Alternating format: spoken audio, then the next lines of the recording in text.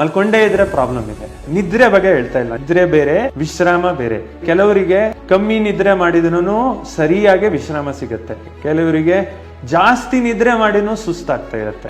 ಗೊತ್ತಾಗಲ್ಲ ಡಿಫ್ರೆನ್ಸ್, ಎಷ್ಟು ಮಲಗಿದ್ರು ಬೆಳಗ್ಗೆ ಹೇಳೋಕ್ ಸುಸ್ತಾಗತ್ತಲ್ಲ. ಹೌದು, ಮೈಗೆ ಒಂದು ಲ್ಯಾಂಗ್ವೇಜ್ ಇದೆ, ಅದು ಮಾತಾಡ್ತಾ ಇರುತ್ತೆ, ಅದು ನಿಮ್ಮ ಹತ್ರ ತೋರ್ಸ್ಕೊಡತ್ತೆ. ಬೆಳಗ್ಗೆ ಎದ್ದೇಳುವಾಗ ಮಗನೇ ನೋಡ್ಕೋ ಅಂತ ಹೇಳತ್ತೆ, ಅದು ಅಲ್ಲಿ ಇಲ್ಲಿ ಸ್ವಲ್ಪ ಹಿಡ್ಕೊಳತ್ತೆ, ನೋವುತ್ತೆ, ಹೇಳ್ತಾ ಇದೆ. ಇಲ್ಲಾದ್ರೆ ಎಲ್ಲಾದ್ರೂ ಉರಿಯತ್ತೆ, ಎಲ್ಲ ಸೈನ್ಸ್ ಅಂಡ್ ಸಿಂಪ್ಟಮ್ಸ್ ಇರುತ್ತೆ. 10 ನಿಮಿಷಕ್ಕೆ ಒಂದಕ್ಕೆ ಹೋಗ್ತಾ ಇರೋದ್ರೆ ಪ್ರಾಬ್ಲಮ್ ಇದೆ ಅಂತ ಅರ್ಥ. ಒಂದಕ್ಕೆ ಬಂದಿಲ್ಲ ಆದ್ರೂ ಪ್ರಾಬ್ಲಮ್, 2ಕ್ಕೆ ಹೋಗಿಲ್ಲ ಅನ್ನೋದು ಪ್ರಾಬ್ಲಮ್, ಊಟ ಮಾಡಿದ್ರಂತೂ ಓಡೋಗ್ತಾರೆ, ಅದನ್ನು ಪ್ರಾಬ್ಲಮ್. ಅದೇ ತರನೇ ನಿದ್ರೆನು.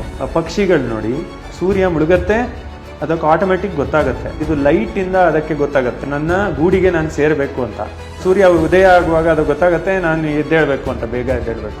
ನಾವು ಹಂಗೇನೆ ಅದನ್ನೆಲ್ಲ ನಾವು ಸಪ್ರೆಸ್ ಮಾಡಿದ್ವಿ. ಅದಕ್ಕೆ ಹೇಳ್ತಾರೆ ಸಿರ್ಕಾರ್ಡಿಯನ್ ರಿದಮ್ ಅಂತ ಹೇಳ್ತಾರೆ. ನಮ್ಮಲ್ಲೂ ಒಂದು ಬಾಡಿ ಕ್ಲಾಕ್ ಇದೆ, ಅದರಿಂದ ನಮ್ಮ ಕ್ರಿಯೆಗಳೆಲ್ಲ ನಡೆಯೋದು. ಬೆಳಗ್ಗೆ ಇಷ್ಟು ಆಕ್ಟಿವ್ ಆಗಿರ್ತೀವಿ, ಮಧ್ಯಾಹ್ನ ಇಷ್ಟು ಆಕ್ಟಿವ್ ಆಗಿರ್ತೀವಿ, ಸಾಯಂಕಾಲ ಬರುವಾಗ ಬಾಡಿ ಸ್ವಲ್ಪ ರೆಸ್ಟ್ ಸ್ಟೇಟ್ ಅಲ್ಲಿ ಹೋಗುತ್ತೆ. ಅದಕ್ಕೆ ರಾತ್ರಿ ಎಲ್ಲ ಕತ್ಲ ಆಗಿದ ನಂತರ ನಿದ್ರೆ ಬರೋದು. ಪ್ರಿಸ್ಕ್ರಿಪ್ಷನ್ ತರ ಹೇಳ್ತಾರೆ, 7 ಗಂಟೆ ಮಲಗಬೇಕು, 8 ಗಂಟೆ ಮಲಗಬೇಕು, ಹಂಗೆ ಏನು ಇಲ್ಲ. ನಿಜವಾಗ್ಲೂ ಹೇಳ್ಬೇಕಾದ್ರೆ ನನ್ನ ದೃಷ್ಟಿಯಲ್ಲಿ ನಾನು ಮಾತಾಡ್ತಾ ಇರೋದು ಕಾಮನ್ ಸೆನ್ಸು.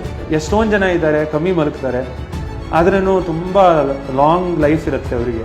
ನೀವು ಕೇಳಿರ್ಬೋದು, ಋಷಿಮಣಿಗಳೆಲ್ಲ ತುಂಬಾ ಕಮ್ಮಿ ಮಲಗಿದವರು ಕೂದಲೇ ಹಣ್ಣಾಗಿಲ್ಲ, ಅವರಿಗೆ 100 ವರ್ಷಕ್ಕಿಂತ ಹೆಚ್ಚು ಬದುಕಿದ್ರು. ಒಟ್ಟಿನಲ್ಲಿ ನಮಗೆ ವಿಶ್ರಾಮ ಸಿಗೋದು ಇಂಪಾರ್ಟೆಂಟ್. ವಿಶ್ರಾಮ ಸಿಕ್ಕಿಲ್ಲ ಆದ್ರೆ ಆಟೋಮೆಟಿಕ್ ಗೊತ್ತಾಗತ್ತೆ, ಅವಾಗ ತೂಕ ಹೊಡಿತಾ ಇರುತ್ತೆ, ಅಥವಾ ಟಯರ್ಡ್ ಫೀಲ್ ಆಗುತ್ತೆ, ಶಕ್ತಿ ಇರಲ್ಲ, ಮತ್ತೆ ಅವೆಲ್ಲ ಆಗುತ್ತೆ. ಕೋಆರ್ಡಿನೇಷನ್ ತಪ್ಪುತ್ತೆ.